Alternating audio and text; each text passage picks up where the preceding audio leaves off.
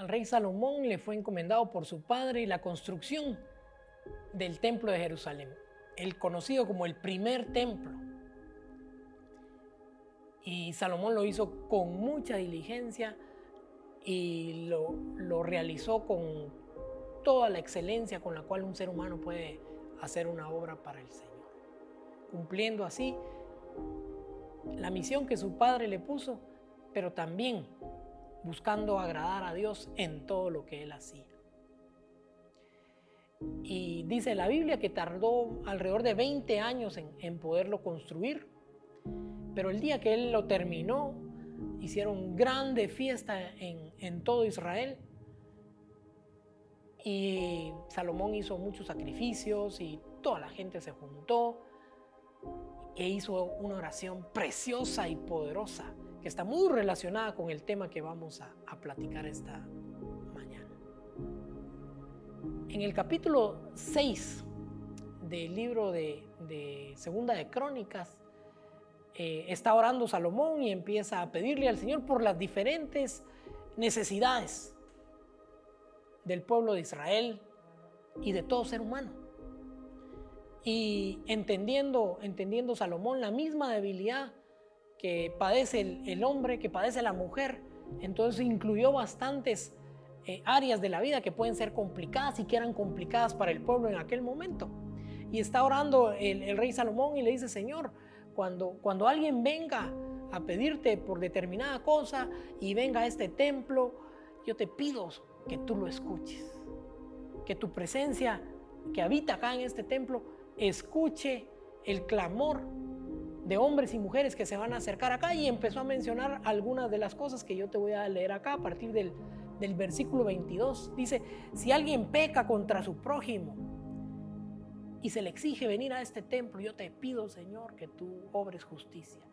Si tu pueblo Israel es derrotado por el enemigo por haber pecado contra ti y luego se vuelve a ti, Señor, yo te pido, cuando tu pueblo peque contra ti y tú lo aflijas cerrando el cielo para que no llueva, cuando en el país hay hambre, sequía, plagas, langostas, saltamontes en los sembrados, o cuando el enemigo sitie la ciudad, Señor, yo te pido, también le pide por el extranjero, trata de igual manera al extranjero que no pertenece al pueblo de Israel, que se sienta atraído por tu gran fama a venirte a pedir justicia y misericordia. Cuando saques a tu pueblo a combatir con sus enemigos. Luego dice: no hay ser humano que no peque. Si tu pueblo peca contra ti y tú te enojas con ellos y los entregas al enemigo para que se los lleve cautivo a otro país lejano, cercano, Señor, te pido que cuando lo hagan delante de ti en esta casa que he construido, escuches nuestra oración delante de ti. Y termina su oración adorando y alabando al Señor y diciéndole que tus ojos estén siempre abiertos para que puedas tú estar atento a nuestras oraciones y a nuestras necesidades. Sigue pasando, dice la Biblia en el capítulo 7 de Segunda de Crónicas, que el Señor se le aparece el día siguiente y le dice: escuché tu oración y he decidido que mi presencia permanezca en esta casa, con tal de que ustedes sigan y que tú sigas la enseñanza y la conducta que tuvo tu padre David.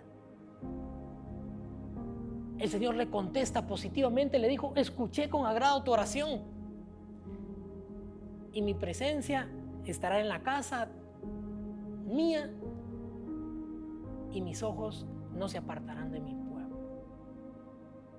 Mis ojos y mis oídos estarán atentos a la súplica de todo aquel que venga a esta casa. Y esa fue la promesa y la bendición tan grande que Dios dejó al pueblo a través del legado del rey Salomón al construir el precioso templo que hizo él en Israel.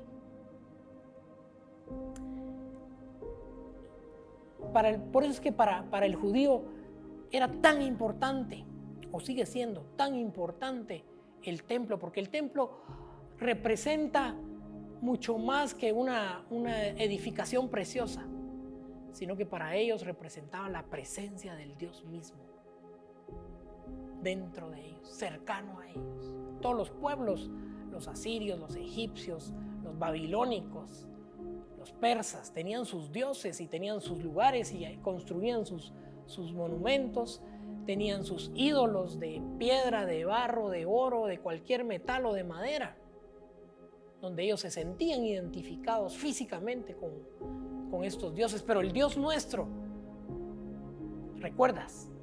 Dijo: yo soy el Dios invisible. No quiero que me levanten ninguna estructura que trate de asemejar la forma en que yo soy. Está absolutamente prohibido para ustedes hacer estructuras, hacer figuras de humanos, de animales que representen mi presencia y mi imagen. Así que para el pueblo de Israel, la presencia del Señor habitaba en ese templo, en esa arca del pacto, en el lugar santísimo, y ahí era donde ellos podían acercarse a pedirle y a poner delante de él todas estas oraciones o todas estas súplicas que vimos que Salomón hace en el capítulo 6 de Segunda de Crónicas. Era tan importante.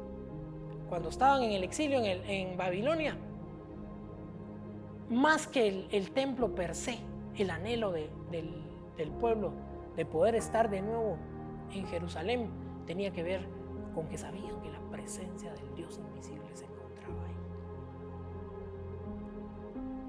Por eso es que para toda persona, para todo ser humano, para nosotros como cristianos, la presencia de Dios entre nosotros sigue teniendo ese significado tan alto y tan importante que tenía para el pueblo de Israel.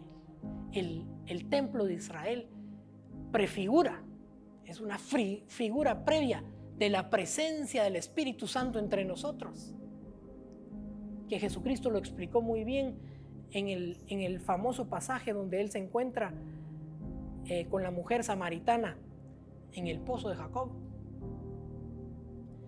y donde ellos están platicando, y donde la mujer finalmente, ya muy cerca de terminar su conversación, le dice: el asunto es que ustedes, los judíos, dicen que nosotros tenemos que ir a adorar allá, o sea, que la presencia de Dios está allá en Jerusalén, y nosotros los samaritanos creemos que es aquí en nuestra ciudad. El Señor le contesta preciosamente con una de las grandes verdades que ninguno de nosotros debe de ignorar y que debemos de tener clara y consciente en nuestro corazón todos los días. Mira, mujer, le dice, te digo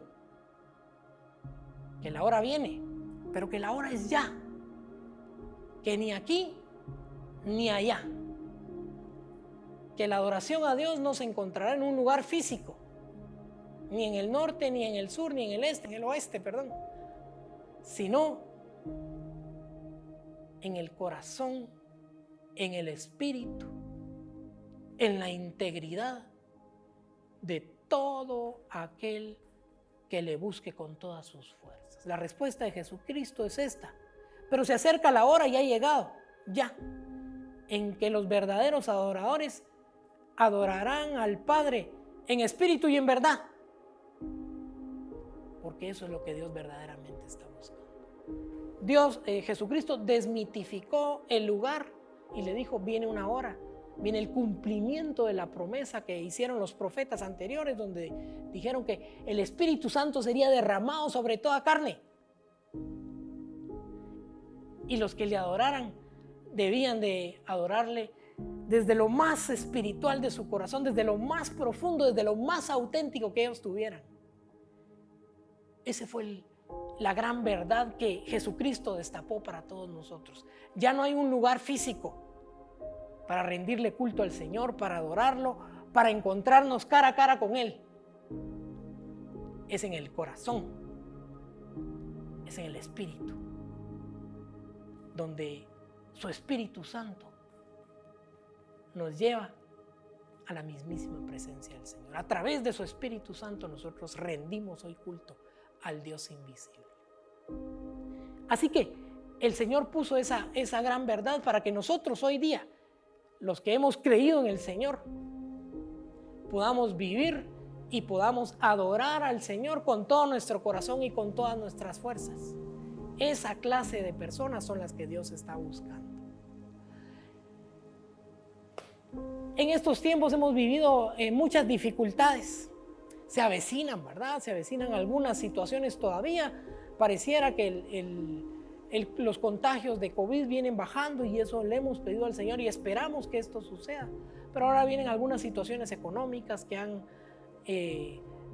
puesto con los pelos de punta a muchas personas porque se prevé que haya poco abastecimiento a fin de año, que algunos productos muy importantes ya no estén tan accesibles como pueden ser los fertilizantes.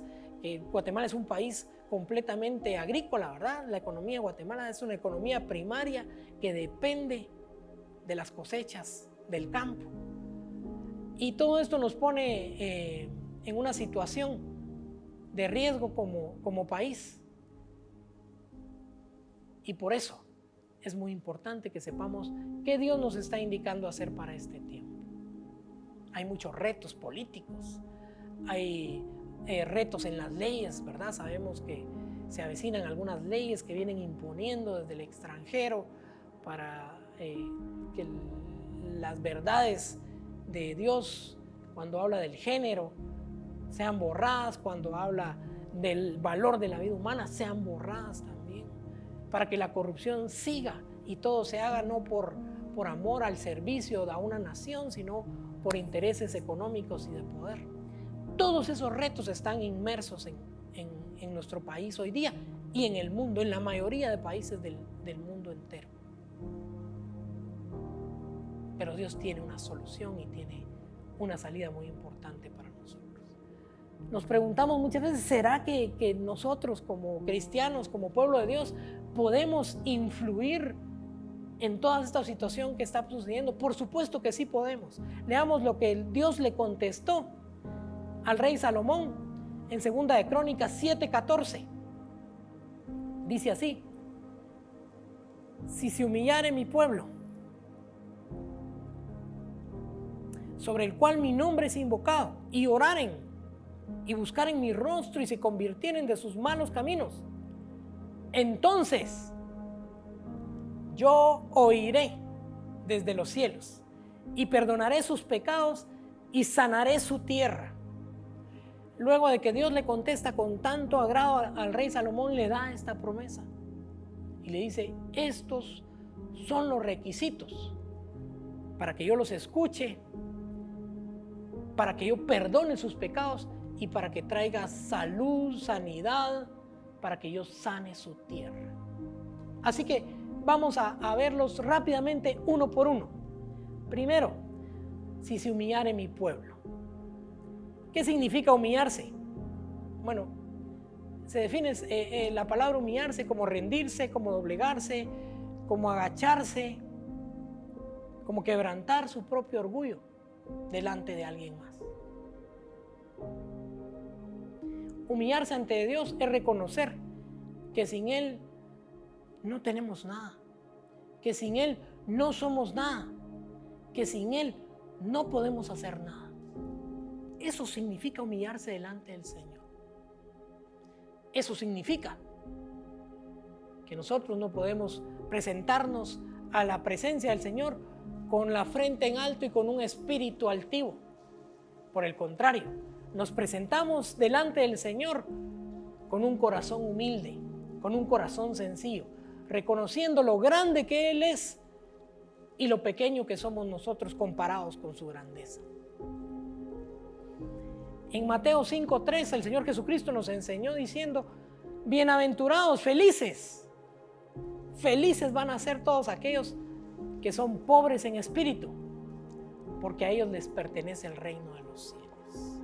Ser pobre en espíritu significa no tener un espíritu altivo, no tener un espíritu confrontativo delante del Señor, sino más bien reconocer que tenemos una necesidad enorme, tenemos una necesidad inmensa del Señor en nuestra vida, de ser aceptado por el Señor, de ser escuchado por el Señor. Así que humillarnos, por lo tanto, significa que debemos de reconocer nuestra incapacidad para resolver las cosas y nuestra necesidad de una mano fuerte, de una mano poderosa, de una sabiduría inagotable para que todo tome el rumbo que estamos buscando. Necesitamos indiscutiblemente a Dios. La siguiente parte dice, y oraren. Hemos hablado bastante de orar estos tiempos, hemos platicado de cuáles eran las rutinas de vida de Jesucristo y una rutina de la vida de Él. No digo rutina en el sentido aburrido, sino en el sentido de que Él tenía la necesidad constante de todos los días presentarse delante del Señor. La gente sabía dónde encontrar a Jesús. La gente sabía que el Señor buscaba lugares tranquilos para poder hablar con su Padre, para poder escucharlo y para que Él lo escuchara a Él. El apóstol Pablo nos recomienda en 1 Tesalonicenses 5:17, oren sin cesar, no paren de orar. Es necesario que oren y que hablen con el Señor todo el tiempo, que Él los escuche, pero que también lo escuchen ustedes a Él. Oren al Señor todo el tiempo. Orar, por tanto, significa hablar con Dios. Esto nos permite mantener una continua amistad, un continuo entendimiento de lo que nosotros pensamos, pero más importante, de lo que Él piensa. En la oración nosotros planteamos todas nuestras inquietudes de la vida, las inquietudes más oportunas, más sabias que tenemos, como también aquellos pensamientos que después nos darían vergüenza comentárselos a alguien, pero el Señor sí los debe de escuchar. El Señor sí los entiende y el Señor entiende tu corazón. No permitas que la comunión con Dios se limite por falta de comunicación entre ambos. La siguiente parte del legado del Señor o de la declaración del Señor es, y buscar en mi rostro. Vean, podemos orar en todas partes, podemos ir orando en el carro, podemos orar mientras caminamos, podemos orar en medio de el bullicio y en medio de muchas personas. Podemos orar en todo tiempo. Pero buscar el rostro del Señor significa tener tiempos de intimidad con el Señor. Tener tiempos donde permitamos que la presencia de Dios que viene a través de su Espíritu Santo se mueva y transforme nuestra forma de vivir y de pensar. Son los tiempos donde estamos cara a cara con Dios, donde Él en su misericordia y en su amor te permite estar de frente delante de Él a través de su Espíritu Santo. Esos tiempos no pueden faltar en nuestra vida. Esos tiempos son clave para poder tener la respuesta que estamos buscando del Señor para nuestra vida personal, para la vida de nuestra familia, para la vida de nuestra iglesia y para la vida de nuestra nación. Y buscar en mi rostro. Dice en el libro de Amós, capítulo 5, verso 4, pero así dice Jehová a la casa de Israel, buscadme y viviréis. ¿Quieres vida? ¿Quieres vivir? Busca el rostro del Señor. Buscadme y viviréis. El rey David también lo declara fuertemente muchas veces, pero quiero leerte un par de versos del Salmo 27, versículo del 7 al 9. Dice en el verso 8, mi corazón ha dicho de ti, buscad mi rostro. Tu rostro buscaré, oh Jehová. Tu rostro yo buscaré, oh Jehová. No escondas tu rostro de mí, no apartes con ira a tu siervo. Mi ayuda has sido tú. No dejes ni me desampares, Dios de mi salvación. En incontables versos bíblicos aparece la necesidad del ser humano de presentarse delante del Señor en una relación íntima. Y el Señor, a través de su Espíritu Santo, nos lleva a la presencia del Padre. Cuando tú te metes a alabar, a adorar al Señor, a buscarlo de todo corazón, a apartar tiempos para encontrar su rostro. Buscar su rostro, a diferencia de la oración, implica una intimidad profunda que no tiene que ver con pedir cosas. A mí me gusta pedir mucho y yo sé que a ti también te gusta pedir. Pero cuando dice buscar su rostro, está hablando de presentarnos delante del Señor con un corazón agradecido, humillado, en adoración, en lágrimas, en súplicas, en risas, delante del Dios Todopoderoso. El otro segmento dice, y se conviertan de sus malos caminos. A veces los cristianos nos preguntamos, ¿será que yo que ya no fumo, que ya no digo malas palabras, que ya no digo malas palabras, que ya no soy violento, será que tengo yo necesidad de convertirme en mis malos caminos? Por supuesto que sí. Todos, sin lugar a dudas, tenemos la necesidad de cambiar y cambiar. Y cuando nosotros logramos cambiar una actitud pecaminosa en nuestra vida, una mala acción que hemos estado haciendo, cuando nosotros nos despojamos de aquella falta de perdón que tenemos contra otra persona por mucho tiempo y no nos habíamos dado cuenta, nos estamos arrepintiendo de nuestros malos caminos. Y eso quiere decir, yo estaba muy enojada con cierta persona, a veces con nuestro propio esposo o esposa, con nuestros hijos o padres. Arrepentirnos de nuestros malos caminos significa tomar una ruta distinta.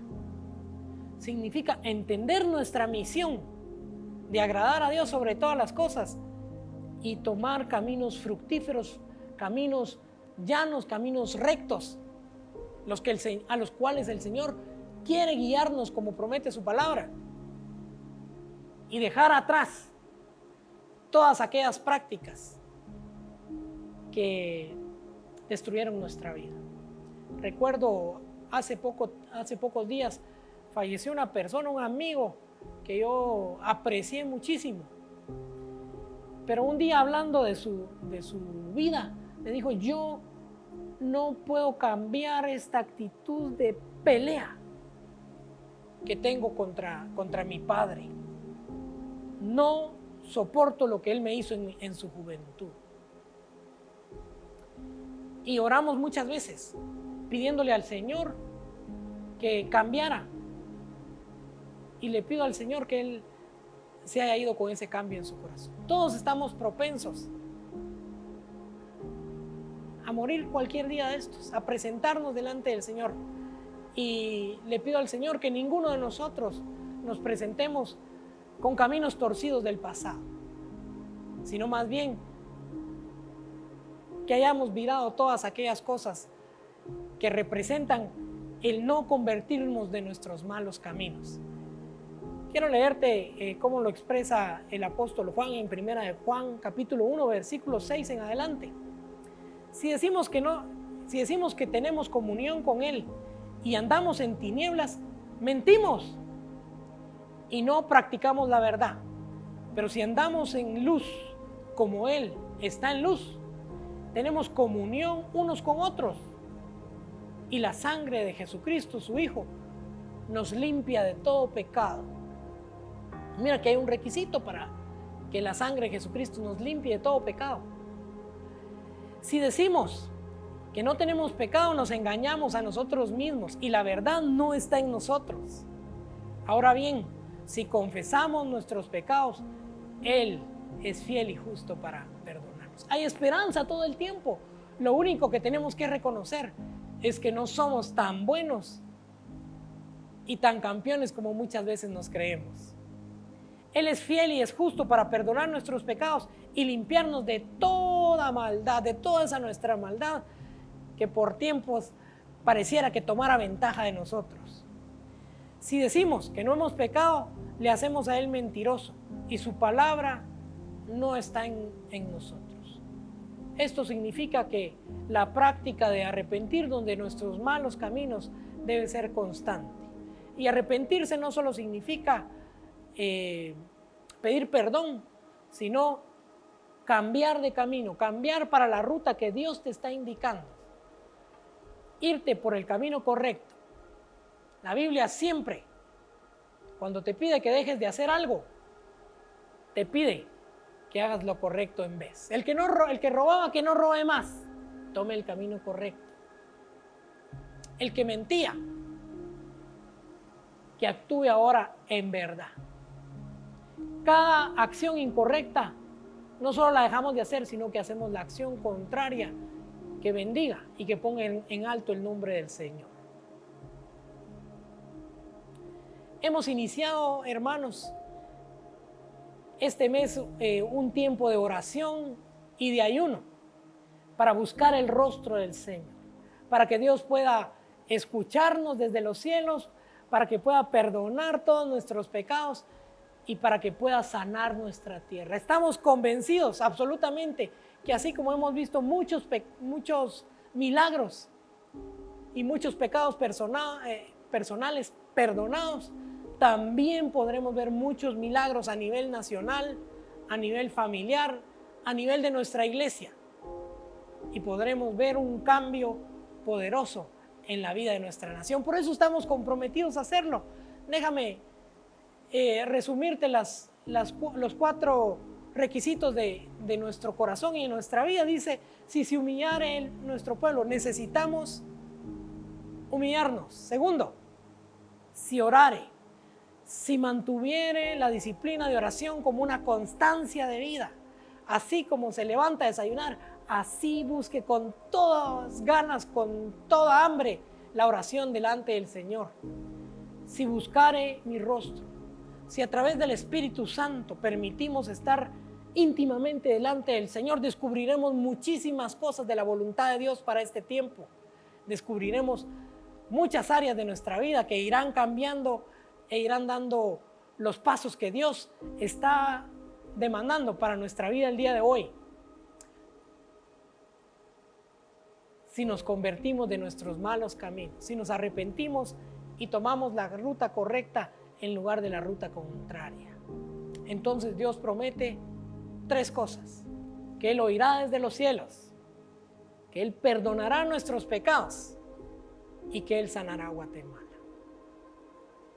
Hoy día estamos comprometidos a buscar el rostro del Señor. Como liderazgo de Iglesias Cristiana Verbo, estamos comprometidos a buscar el rostro del Señor.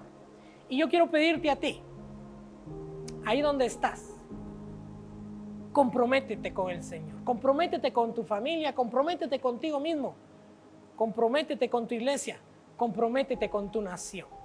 Así que cualquiera que sea la red social por la cual tú me estés escuchando esta mañana, por favor, pon una manita en alto y di con eso: yo me comprometo a buscar el rostro del Señor.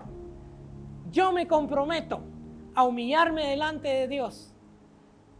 Yo me comprometo a orar constantemente y a cambiar mis caminos incorrectos por los caminos rectos.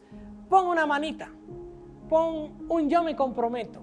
Haznos saber que tú vas con nosotros en este camino de bendición que Dios tiene preparado para nuestra tierra, en el nombre de Cristo Jesús.